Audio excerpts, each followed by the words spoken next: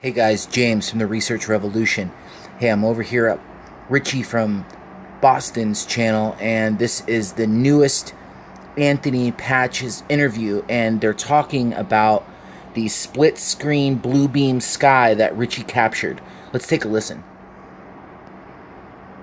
Of the sky down in, I went out to help some of those people, the West Virginia flood victims, and on the way back, got stuck in traffic. And I videotaped the sky, and the sky had a perfect line from horizon to horizon, where one side was dark blue and the other side was light blue. And you could actually see aircraft flying in and out or behind the darker blue sky. And I called it a hologram sky. And that caught his attention. It actually caught the attention of Nano Girl, and she had me on. So, yeah, Kev Baker's great. He's great. Very good. He's great. He is really, really on the money. Yourself and him go together perfectly, but some people do have a hard time understanding his accent. So, at any rate, that's okay. Do you think that that's Project Bluebeam that you were observing? It wasn't. It wasn't a cloud. A cloud can produce the same effect. I've seen it numerous times in my lifetime. It looked. I mean, this was a perfect razor-sharp line through the middle of the sky. I just happened to pull over because there was a car accident. I got out and looked up. Every time I do stuff like that, I look up and there's something wacky going on. It wasn't natural. That's all I can say. And somebody's video that was better at editing and such than myself, and actually found what appears to be a UFO that I didn't even see. I don't know. Well, look at it. It sounds similar to a photograph that there's a lot of people send me some information by email, and I really appreciate it because it brings in things that I'm not aware of. And they sent me a picture of what you're describing, but that was about 6 months ago. It kind of sounds like they're running a background layer projection. Since I put that up, I've gotten literally hundreds of emails of people sending the same thing, and all of them are aware that the clouds can in fact cause this. And all of them show how it isn't the clouds. The sky just has the sky is separated straight down the middle. Sometimes it's at night, sometimes it's in the morning, cloudy skies, blue skies. So yeah, it looks like somebody's testing, and people are definitely catching it on film. So I don't know what to call it.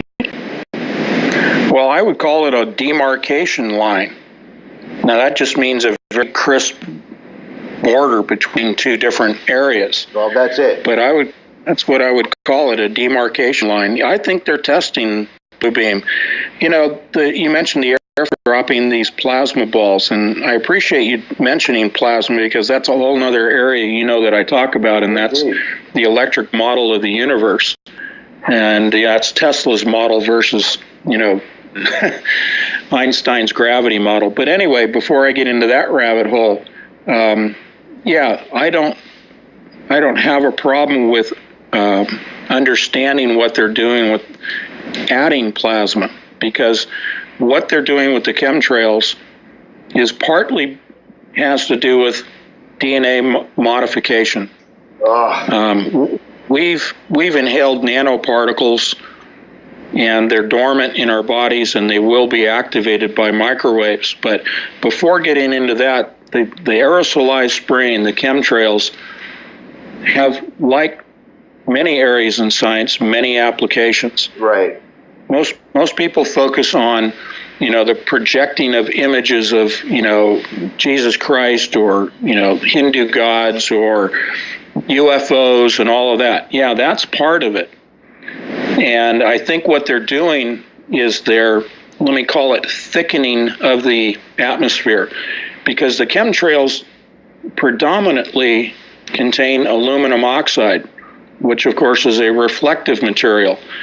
They, so to speak, want to tell us that they're trying to reflect the sun to cool the planet because of global warming. Mm-hmm. Well, that reflective material is going to be used later on for the reflecting of these holographic images. But they're also, as I'm sure you're aware of, there's strontium and barium and lithium and even desiccated human red blood cells that are sprayed in the atmosphere. But the real nefarious part are the nanoparticles. And there's a good friend of mine that has a book that's about to come out. Her name is Alana Freeland, and we correspond all the time, trading, scientific information. And Alana is, I think, the foremost expert on what is really contained within the chemtrails. And when her book comes out, I'll put it up on my website and people will be able to see it. But the point here is it's about, I think, due to release in January. But the nanoparticles are dormant. These are for modifying our DNA. They will, as I said, be activated electromagnetically using microwaves from Gwen towers, cell towers, geosynchronous satellites. This all comes out of DARPA. There's plenty of information from DARPA, public information about what I'm talking about. These will be activated and change our DNA, but they will also change our brain tissue, our synapses, the connectors. What will ultimately happen is people will lose their awareness that they've been modified. This is the mark of the beast system. This is the mark of the beast. People will be given the choice through free will to either accept the mark of the beast or not. If they accept the mark of the beast, then they will be susceptible. They will be open to the microwave energy that will activate the nanoparticles, which will then modify their DNA and will modify the way that they think. They will lose their self-awareness that they've been changed, and they will be turned into this, what I describe as the serf class of slaves that will then be at the beck and call of the artificially intelligent adiabatic quantum computers. They're operating the sentient world simulation.